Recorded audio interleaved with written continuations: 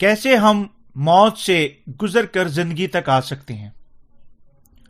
مکاشفہ کی کتاب اس کا 20 باب 1 سے 15 آیت۔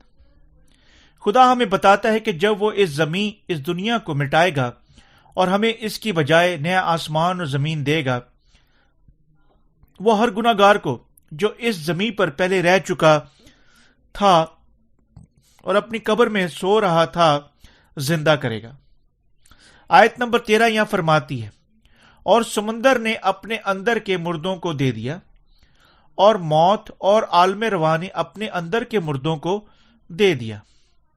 انسان کے بدن کو جو پانی میں ڈوب جاتا ہے، تقریباً زیادہ تر مچھلیاں کھا جائیں گی، جبکہ یعنی اس آدمی کو جو جل کر مرتا ہے، جسمانی طور پر مزید شناخت کی کوئی شکل باقی نہ رہے گی۔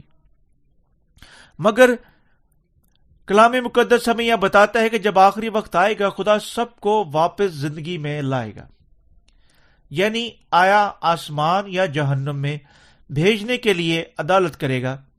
علاوہ ازیں آیا وہ شیطان سے نے نگل لیے، عالم رواں نے مار دیے یا جل کر مر دیے۔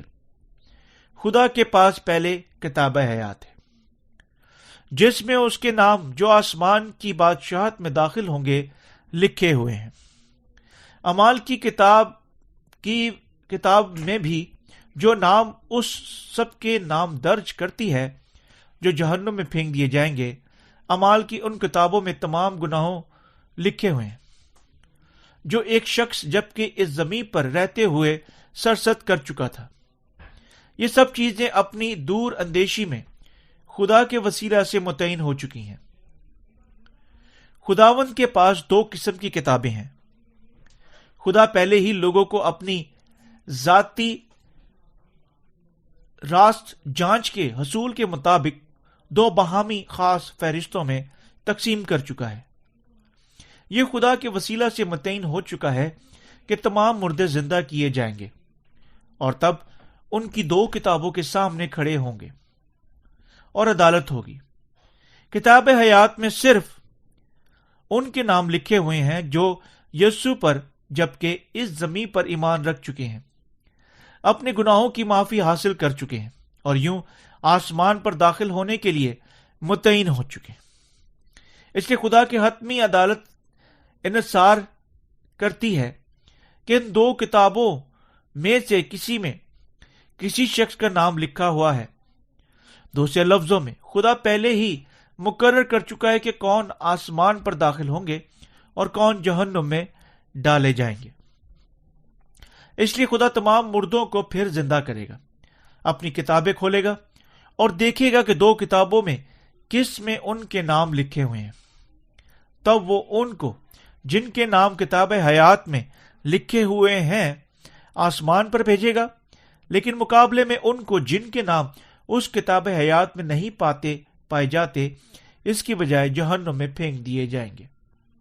ہمیں یقین سے جاننا چاہیے اور خدا کی معرفت متعین کیے گئے ان تمام مقام حقائق پر ایمان رکھنا چاہیے۔ فیصلہ کرنے کے لیے کون آسمان پر بھیجا جائے گا اور کون جہنم میں بھیجا جائے گا۔ خدا تمام مردوں کو زندہ کرے گا اور ان کی عدالت کرے گا۔ یہ خدا کے ہاتھوں فیصلہ ہو چکا ہے۔ وہ اس کے مطابق ان کی عدالت کرے گا، آیا ان کے نام کتاب حیات میں یا اعمال کی کتابوں میں، عدالت کی کتابوں میں لکھے ہوئے ہیں یا نہیں۔ خدا سب کے لیے پہلے سے قائم کی گئی 2 جگہیں رکھتا ہے جو اس کے سامنے کھڑے ہوں گے۔ وہ آسمان اور جہنم کے علاوہ کوئی دوسری نہیں ہے۔ جہنم آگ کی جھیل ہے جہاں شعلے اور گندھک جل رہے ہیں۔ خدا متعین کر چکا ہے کہ وہ جن کے نام کتاب حیات میں لکھے ہوئے ہیں نہیں ہیں، آگ کی جھیل میں پھینک دیے جائیں گے، جبکہ وہ جن کے نام اس کتاب میں حیات میں لکھے ہوئے ہیں آسمان پر خوش آمدید کہے جائیں گے۔ آسمان پر زندگی کا درخت آب حیات کے درخت کے ساتھ ہر موسم کے مطابق 12 مختلف پھل پیدا کرتے ہوئے لگایا ہوا ہے۔ اس خوبصورت آسمان پر مقدسین نہ بیماری نہ ہی درد رکھیں گے، بلکہ خوشی سے خدا کے ساتھ ابد تک زندہ رہیں گے۔ ہمیں یقیناً حقیقت پر ایمان رکھنا چاہیے کہ خدا مقدسین کے لیے اس آسمان کو دینے کا فیصلہ کر چکا ہے۔ دوسری طرف وہ جو یسوع پر ایمان نہیں رکھتے، ان کے نام اعمال کی کتاب میں لکھے ہوئے ہیں، کیونکہ سارے اعمال جو گناہ گار جب اس زمین پر کر چکے تھے ان کتابوں میں درج ہیں۔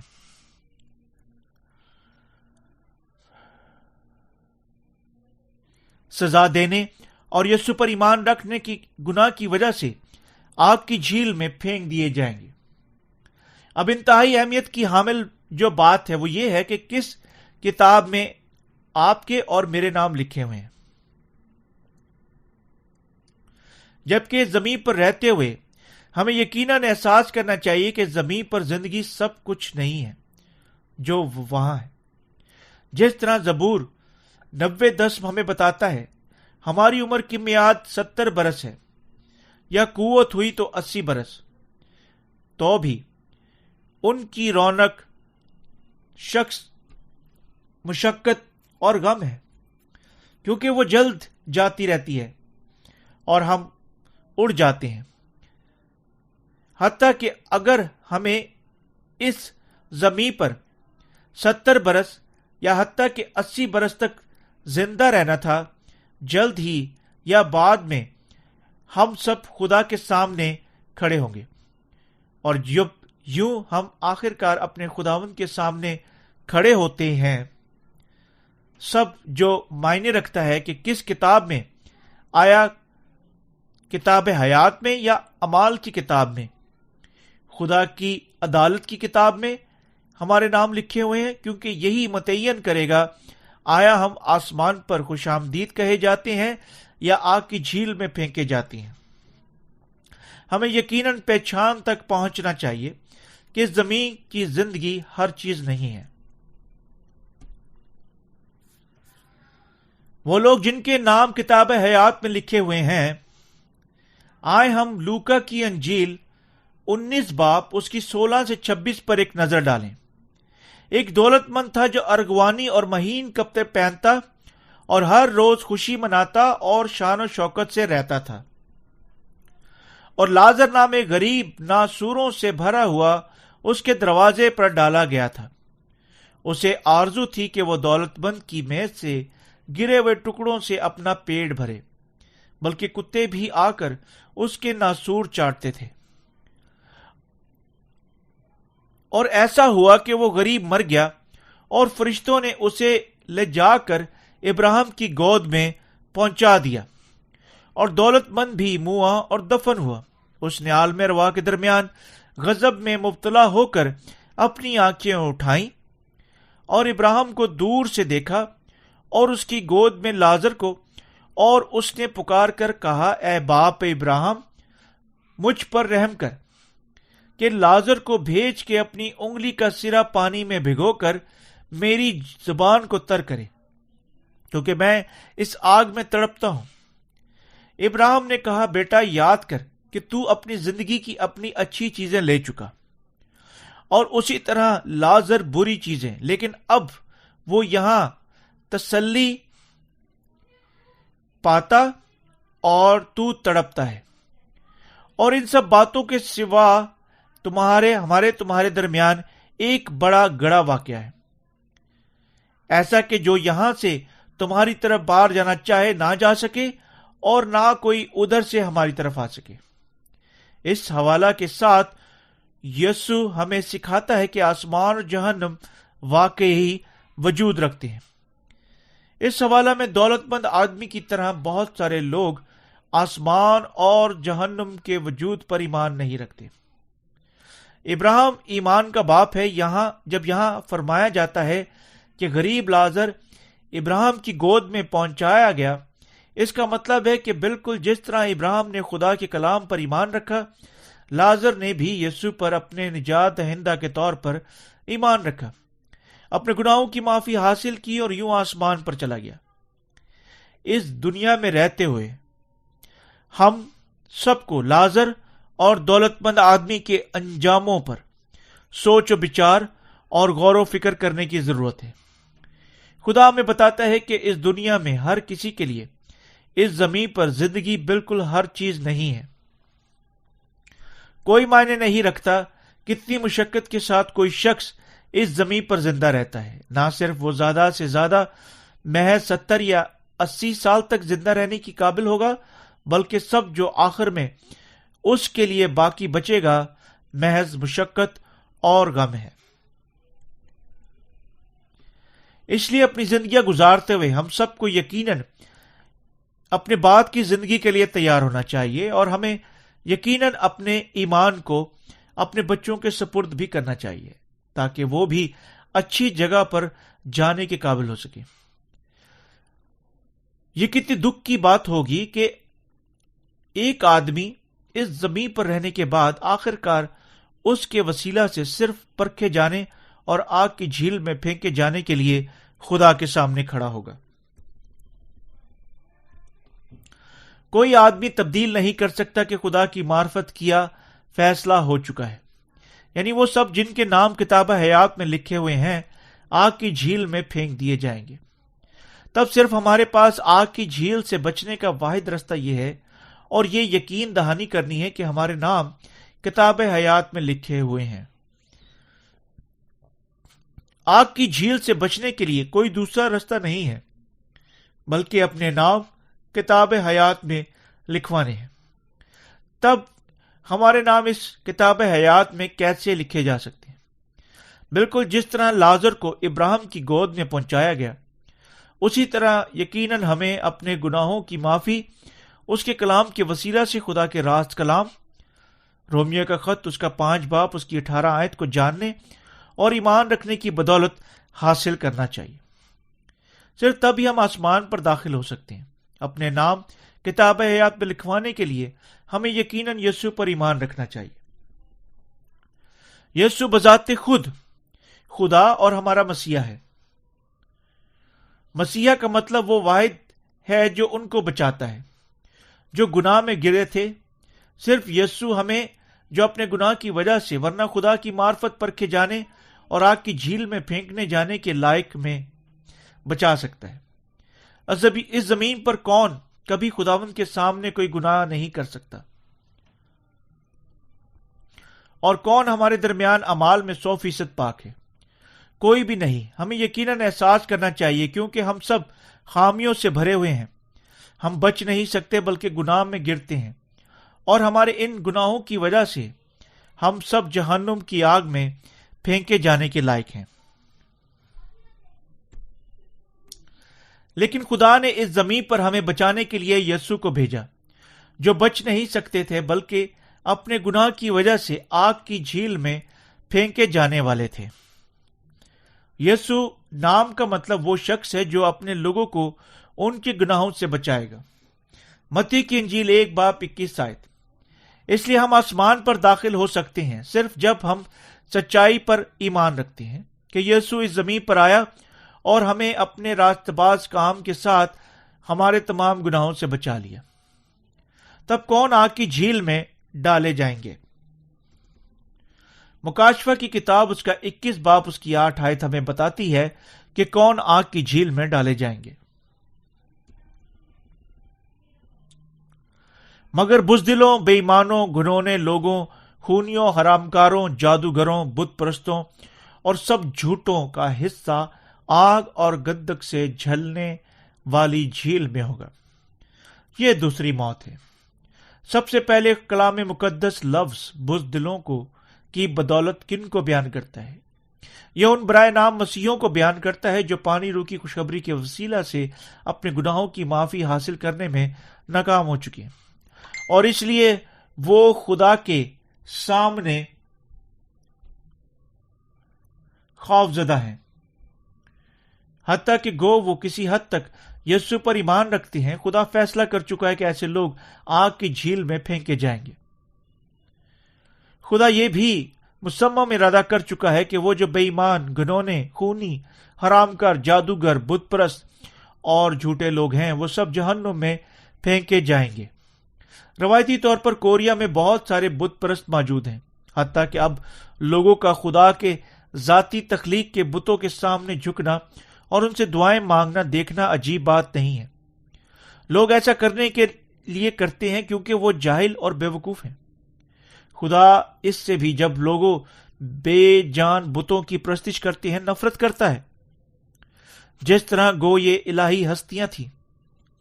خدا نے اپنے ذاتی شبیہ پر انسان کو پیدا کیا۔ پیدائش کی کتاب 1:27 آیت۔ بنی نوع انسان ساری مخلوق کے مالک بھی ہیں۔ چنانچہ ہمیں یقیناً خدا پر ایمان رکھنا چاہیے، کیونکہ ہم خدا کی ذاتی شبیہ پر بنائے گئے ہیں۔ ہم ابد تک وجود رکھتے ہیں، بالکل جس طرح خدا بذات خود ابد تک وجود رکھتا ہے۔ ہماری موت کے بعد ہمارے واسطے ابدی دنیا موجود ہے۔ چنانچہ خدا ہمیں اس کی واحد ابدی خدا کی پرستش کرنے کا حکم دے چکا ہے۔ تب کیا واقعہ ہوگا جب ہم اس کے سامنے جھکتے ہیں جو محض خدا کے ذاتی مخلوق ہیں؟ ہم خدا کے خلاف گناہ کبیرہ کر رہے ہیں، کیونکہ ہم وہ عمل کر رہے ہیں جس سے خدا سب سے زیادہ یعنی بت پرستی سے نفرت کرتا ہے۔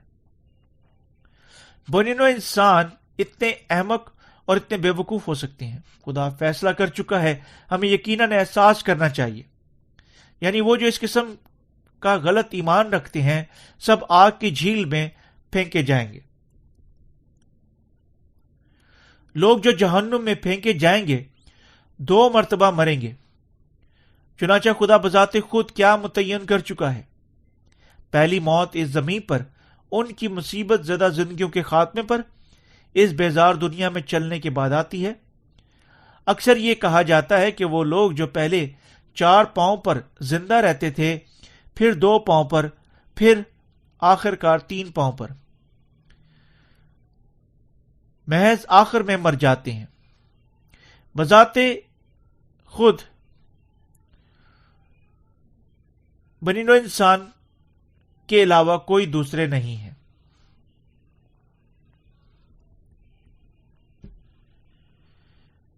اس طریقے سے ایک بار مرنے کے بعد جب لوگ خدا کے سامنے گناہگاروں کے طور پر کھڑے ہوتے، وہ سب اپنی عدالت کا سامنا کریں گے، اور یہ اس وقت ہوگا جب دوسری موت، ایسی موت جو کبھی ختم نہ ہوگی بلکہ ہمیشہ رہے گی، یعنی آگ کی جھیل میں پھینکنے جانے کی صورت میں ان سے ملے گی۔ اگر انہیں محض آگ کی اس جھیل میں مرنا تھا، وہ کم سے کم اس کے دکھ سے آزاد ہو جائیں گے، لیکن اس جگہ پر گو وہ مرنے کی شدید خواہش رکھیں گے، لیکن موت ان سے بھاگے گی۔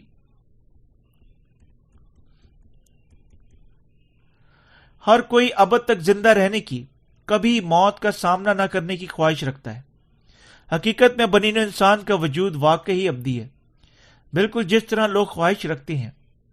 چنانچہ کلام مقدس جب کوئی مرتا ہے اسے مرنے کے طور پر بیان نہیں کرتا بلکہ سونے کے طور پر بیان کرتا ہے۔ اس لیے ہم سب کو یقیناً دوسری موت سے بچنا چاہیے جو ہمیں آگ کی جھیل میں پھینک دیا جائے گا۔ ہم سب کو یقیناً احساس کرنا چاہیے محض یہ کیا ہے جو ہمیں کتاب حیات میں اپنے نام لکھوانے کے سلسلہ میں کرنا ہے، اور اپنے نام کتاب حیات میں لکھوانے کے لیے ہمیں یقیناً یسوع پر درست طور پر ایمان رکھنا چاہیے۔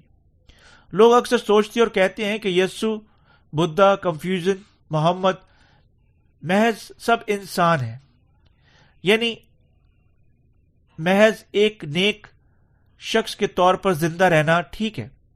چنانچہ وہ نہیں سمجھ سکتے کیوں ہم زور دیتے ہیں کہ انہیں صرف یسوع پر ایمان رکھنا چاہیے، لیکن یہ سب غلط خیال ہے۔